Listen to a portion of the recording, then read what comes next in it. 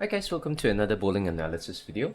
So this was submitted to me about a few weeks back, but just couldn't find the time to do a review video because I've been swamped with work. I have a teaching side job as well, other than a coaching job. Then I've been coaching as well, and I've been doing my own bowling practice too. As you've seen, a few of my I've recorded a few of my own bowling sessions, but I've done more that I have actually not recorded because sometimes it's just um, either I don't feel like the setup is good for recording, or the alley has too many people, it's too noisy to record. So I didn't record all of my own practice sessions. But anyway, off the topic. So back to another review session. So this was sent to me via WhatsApp, sent by Grant from Houston. So a two-hander as well from America. And we can play his video and take a look. So Grant actually compiled this video using CapCut, and he compiled 3 shots. I believe he mentioned over a period of time. Perfect looker on that. Okay, he even has a friend that's saying perfect looker on that or something along those lines. Okay, let's take a look again. So generally speaking, just from form wise, yeah, Grant is not too bad, right? Not too bad. Straightens his arms. Ball speed obviously is a little bit slow, but looking at his height, he is not a short dude by any means. Yeah, pretty tall dude, big size guy. I think he's like of average height in America, and I believe most Americans would be about 6 foot, which is like high 5 foot to about 6 feet in height, or 6 feet plus, which is about 1.8 to 1.8 to 1.9 meters in height, because we use the metric system outside of America. So most of the time for American dudes, it's not often that they suffer from slow ball speed. That's because they have a bigger mass, so when they move forward with their bigger mass, they're generating more momentum, so the ball has more momentum, and they have longer arms as well. So with longer arms, you have a higher swing radius. So with that higher swing radius, basically you would, how should I say, give me a moment.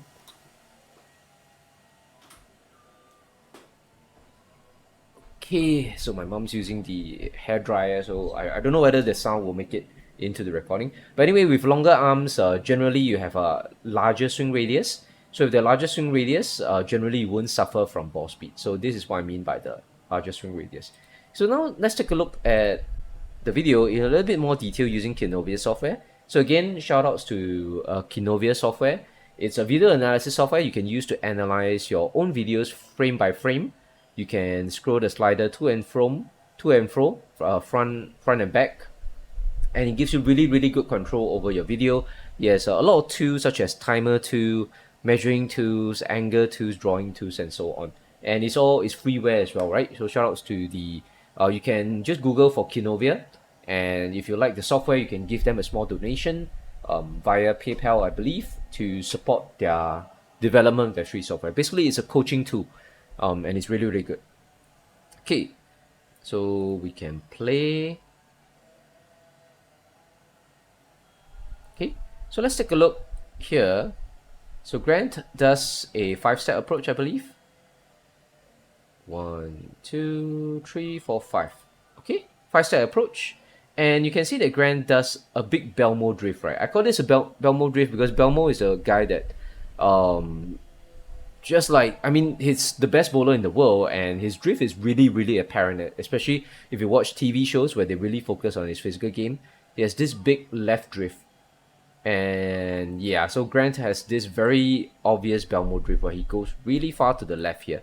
As you can see, it goes, yeah, a lot, really far to the left. First time I'm using this drawing software.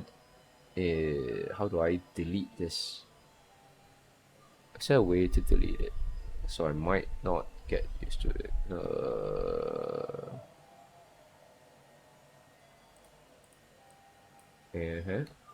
Wait, how do I delete it?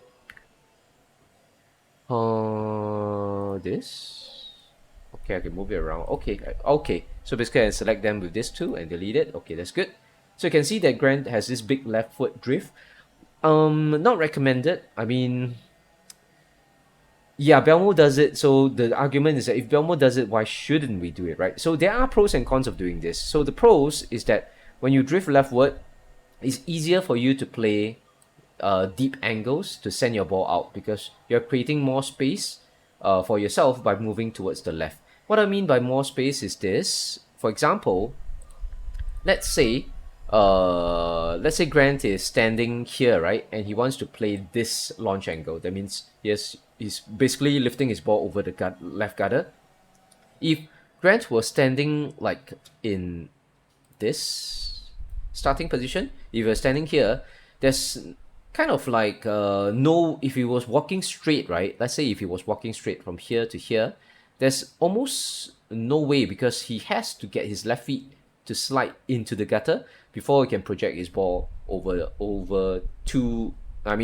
into that launch angle, right? So the only way to do that is to actually drift left. So this is why Belmo is really good at playing really deep angles because of his left foot drift, which he has been a habit of his, I think, since childhood. So he has had that habit of him for a long time. But if you're a brand new bowler that's just learning the two-handed game, I wouldn't recommend doing this because this left foot drift would really cause problems when you're trying to play this kind of lines. That means when you're trying to play like 5-5 right down, like straight down near the right gutter, or if you're even, let's say we're not talking about 5-5, right? Let's say we're talking about lines like can we have a clear view of the lane? Okay, so for example, if a clear view of the lane here, so let's say as a two-handed bowler, I mean, you might be playing straighter angles, right? For example, lines like this, just a little bit like landing a ball probably around 15 to 15 and trying to cross the arrows at maybe like 12 to 13 and having a break point at about 7 to 8 down the lane. So it's still not 5-5, it's still like a little bit sending a bit diagonal to the right, but you're gonna struggle if you have a lot of left foot drift because you're gonna struggle to land your feet here, and you have to like stand really, like maybe you have to stand, let's say, probably, okay, I have a marker. Is it, you have this, how big is this marker? This is kind of small. Okay, so I might not be not really comfortable using this tool. Let me go back to my, I think, Epic Pen 2. Okay, since I'm so used to it. Okay, let's close this perhaps. Okay, so for example, let's say if you are standing here, right? Okay, blue. Oh no, this and this. Okay, so in order to play this line, that's a little bit thick. Maybe can I have find a print? So let's say if you're trying to play this line as a two-hander, if you have this kind of left foot drift, then you have to be standing like here, right, on the right gutter, because after you drift to the left, you're gonna end up, you're gonna drift to the left, and then the left feet is gonna end up somewhere around here. Then you can project your ball out this line. So you can, but I mean, not recommended. So it's kind of screws with your accuracy and consistency, as well as your targeting as well, because when you are standing right here, your right eye is looking here to your break point. But after you finish drifting, your target line will look like this. So you can see that there's a very big difference in your initial target line from where you're standing to your ending target line when you end up at a foul line. So for example, let's take a look at Grant's initial standing location, right? So initially he's standing at there's this first dot, second dot, third, 1, 2, 3, 4, maybe between fourth and fifth dot. So that's about 20 plus. So he's standing here, right?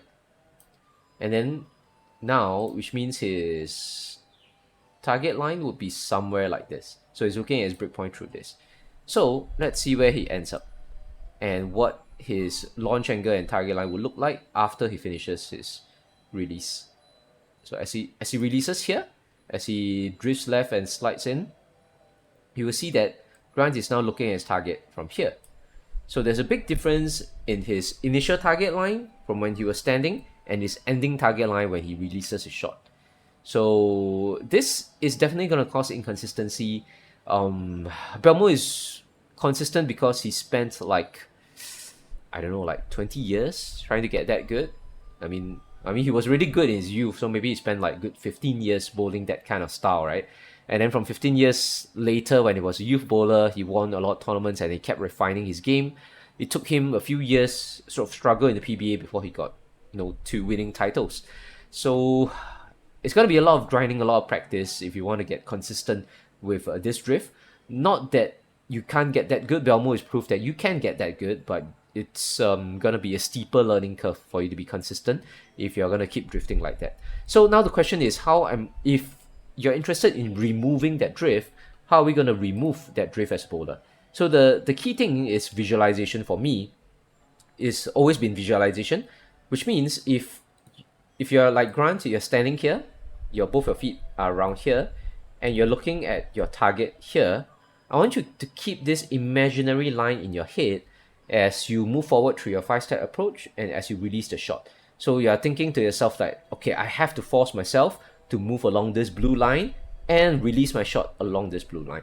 So you're forcing your body to stay on the line, and that will not eliminate your drift right away. But if you're somebody like Grant who has always been used to drifting left, it will start to reduce your drift, and then your drift will get lesser and lesser and lesser over time, to a point where it's more manageable. Then you should find that your consistency should increase as you drift less and less. But that's obviously in the first place if you're a bowler that's struggling with consistency issues. If you have always been consistent with this kind of left foot drift, then obviously you don't have to change anything, right? Because you're already a good bowler. Okay, next up, 5-step. First 2 steps seems a little bit big in my opinion. 3, 4, 5. 1, 2, 3, 4, 5. Just slide. Forward seems a little bit okay. His first 2 steps seems a little bit big in my opinion, especially for somebody as tall as Grant.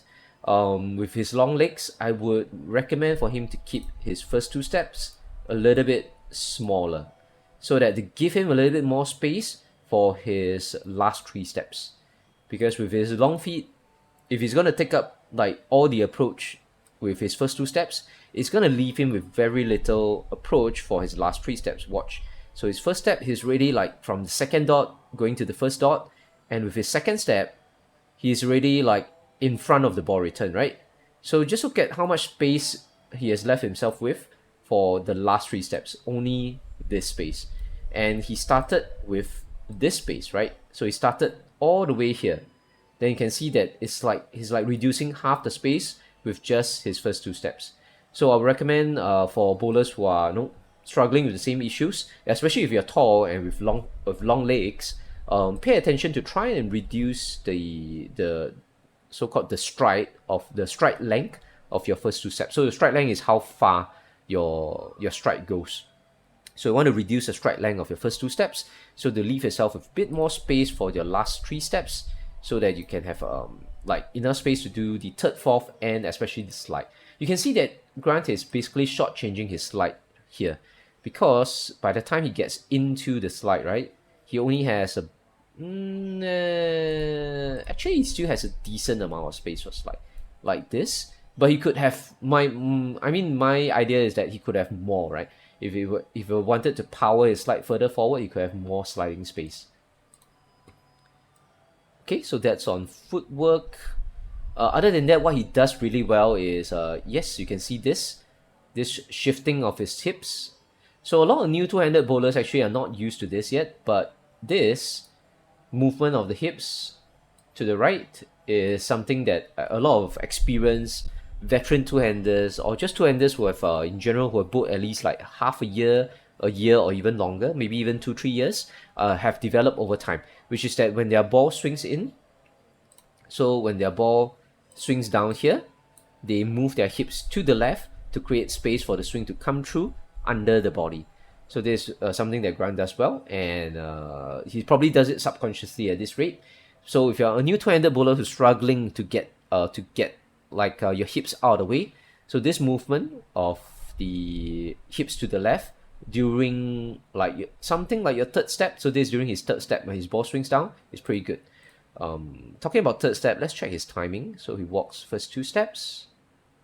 Okay. Just like me, he moves his ball at the beginning of the second step.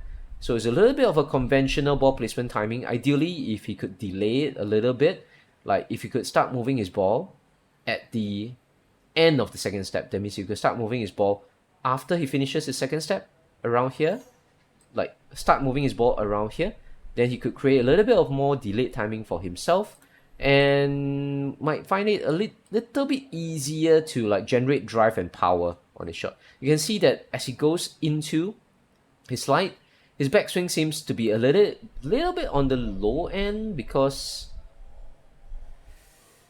is he holding up his ball? Wait, let's take a look in motion. Because generally if you have early timing, that's interesting. If you have early timing, bowlers would tend to hold up on the ball a little bit. Really isn't holding up his ball. Okay, pretty good. I don't see much of an issue with his timing here. Yep, not much of an issue. I think it's fine because he goes into a slide, and then you can see as he finishes his slide. Okay. He is releasing. He's still sliding while he releases the shot. Yep. So you can see it here. So Grant will benefit from delaying his ball placement timing a little bit. As you can see here, what is happening is that as Grant is releasing his shot, right, he's actually still sliding. That's because of his slightly early ball placement timing on the beginning of his second step. Right here is the beginning of his second step. He's really placing his ball. So this movement here of his ball, maybe I highlight it here. This movement is his ball placement at the beginning of the second step, is causing his ball to reach his release point a little bit too early. So you can see here that Grant hasn't finished sliding, but yet his ball is ready at the release window right here. So ball is ready at the release window, yet his feet is still moving forward. So you can see that when I slide a little bit back, right? So his feet is still moving, hasn't barely finished. So he only finishes sliding when the ball has gone past his left leg and he's releasing the ball in front of his left leg, right? So that means that Grant can't really apply a lot of drive and power on his shot, because as he's still sliding while he's releasing the shot, imagine if we were to ask him to drive the ball downwards right here.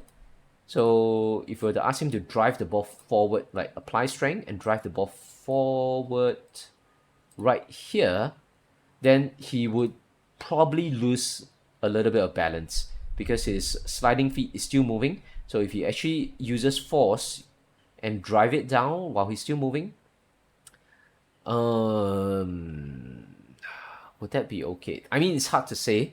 Debatable. He might be okay with it, but he might have some stability issues because of that. Ideally, is that you want your left feet to finish sliding. That means you want your left feet to finish sliding like right at this moment, right before the ball goes into the release window, which is right here. So right here, the feet should have stopped sliding while the ball is right behind the left feet, so that he has this time frame in the release window to like apply like ref rate, flick the wrist, or turn the ball. He can do more with the ball if he has a slightly more delayed timing. Okay, anything else?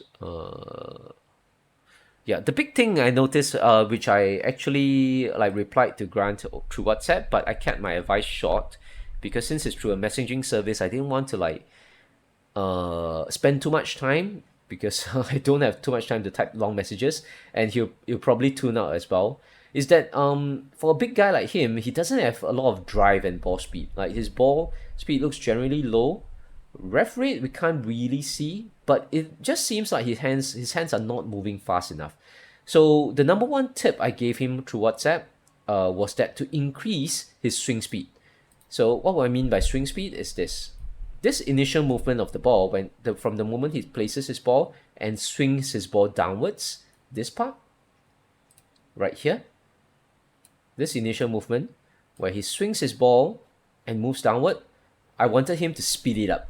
Like you could literally tell yourself to like you could practice on doing drills or just doing your 5-step delivery to speed up the initial movement of your downswing. So so I think believe that's the right term to speed up his downswing, so that it will speed up his swing in general and make him like release the ball a little bit more aggressively, increase his ball speed, and probably increase his ref rate as well. So you can see on the next shot here.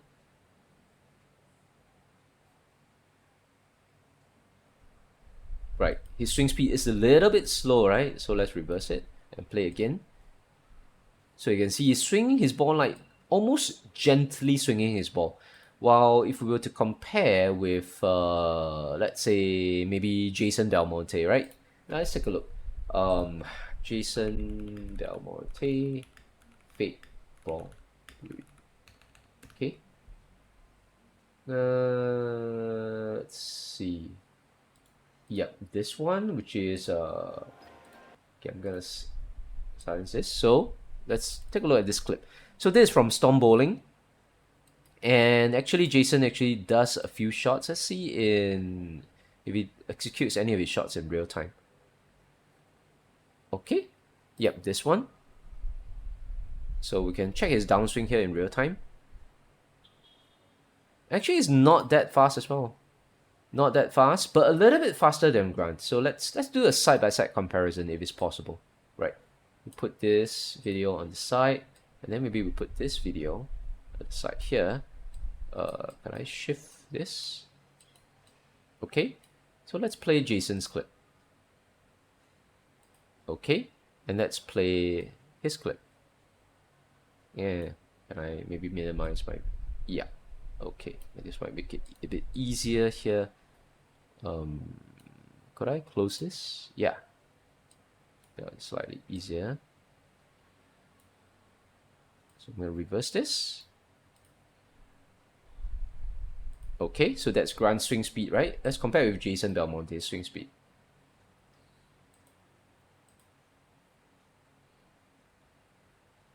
Just a tad bit faster. Let's take a look at Jason's first. Just a tad bit faster on the downswing. You can see that Jason almost starts to accelerate his downswing as the ball moves downwards.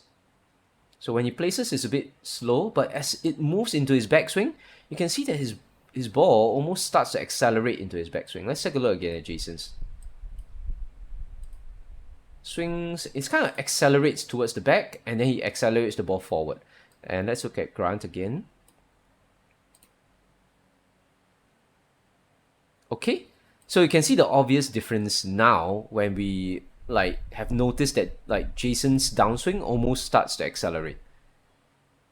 So you can see that Grant's downswing doesn't have that kind of acceleration and just doesn't have that kind of ball speed behind it, right? It's a little bit slower. Yep. So this is something that I want bowlers like Grant to try and improve, which is when you place the ball, yes, you can place it gently, but once you get into your downswing, right, just think of speeding up the downswing a little bit, make it a little bit faster. So then you might see the benefit from having slightly faster ball speed, and with higher swing speed, slightly faster swing. With the higher swing speed, you should see higher ball speed, and you might see a benefit in your ref rate as well. So that was the obvious thing the first and most important thing I wanted him to work on. Other minor stuff would be his balance arm. As you can see here, obviously his balance arm doesn't really go up. Right here, his balance arm is kind of low. So ideally, I wanted his balance arm to shoot up here, and I wanted him to be a bit more dynamic on the release. But actually, this can be solved by simply increasing his swing speed. Because basically, when a bowler increases his swing speed, right, he's going to swing more aggressively front to back. And when he increases his swing speed, because of that the faster swing and the faster release, his left hand is usually bound to go a little bit higher as well. So I wouldn't really ask Grant to work on his balance arm just by itself. I would actually ask him to work on his swing speed, and once his swing speed is faster, maybe he might see his balance arm go a little bit higher more naturally, right? So other than that, I think his trailing leg looks a little bit awkward too. Let's take a look. His trailing leg looks like it could be a lot better position. Okay. Let me see his next shot. I think he's shifting his weight to the left. Yeah, looks like he's shifting his weight a little bit to the left. Or is it too far back?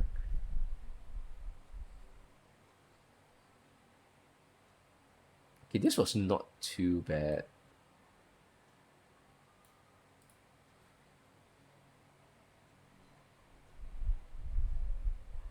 Yeah, again with that lack of like it's not his trailing leg doesn't move as dynamically, and I think it could solve itself when he increases his swing speed and becomes more aggressive with the downswing, because you can see that his trailing leg doesn't really like relax and cross over something like this. Like ideally we should see a trailing leg the bend at the knee portion.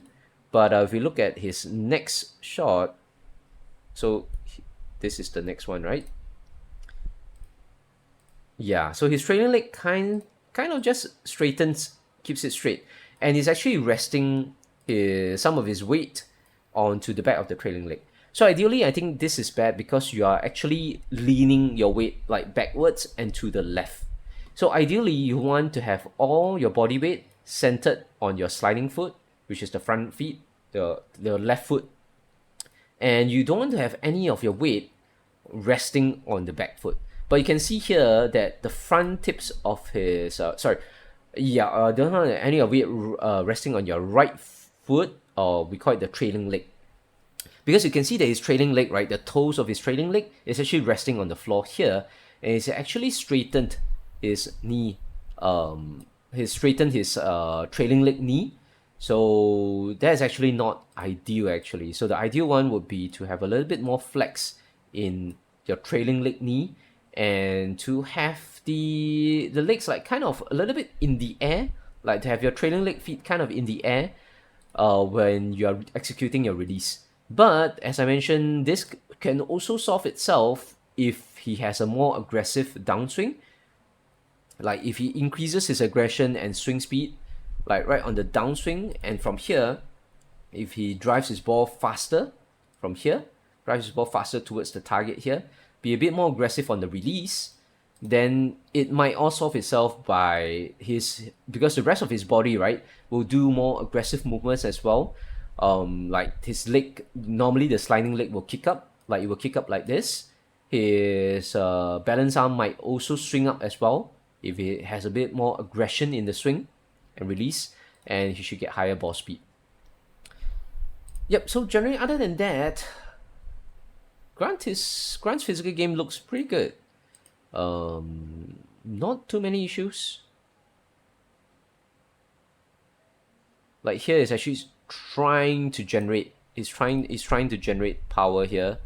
You can see how much he pulls his fingers up. Like he's really trying to like hit up on the ball, right? You can see that his fingers are all curled up, trying to hit on the ball, but the ball is just like not moving fast enough. So this is why I mentioned that the faster swing speed might really help him to get higher ball speed and get that aggression that he actually needs. Yeah, you can see him again. Grant here hits up on his ball quite a fair bit. Like he's really trying to hit out on the ball to get the ref rate, the way that he curls his fingers and everything. But the ball is just like lazily moving down the lane, right? Yep. So there is that, and I believe that's it for this video review. I hope you guys learned something from this. Oh, again, it's been 29 minutes. Wow. Like, sometimes I feel like I'm trying to keep the video short, but the reviews still reach around 30 minutes. Okay, so yeah, it's really been quite a while. So thank you guys very much for watching. And as usual, if you'd like to post your videos for me to review, I might not be able to review all of them. I still have one video in my backlog. You can send them to me. The best is to send them to me via WhatsApp. You can find my phone number in the YouTube video descriptions, because that is where I respond the fastest, because in my country we use WhatsApp very often. I use it for work. Then other means you can send to me is that you can upload them to YouTube. You can send me a link of that YouTube video so I can review it directly on your YouTube channel. You can send me via Instagram. You can send it to me via. You can upload to TikTok and send me the link. You could just send it to me via Facebook Messenger, for example.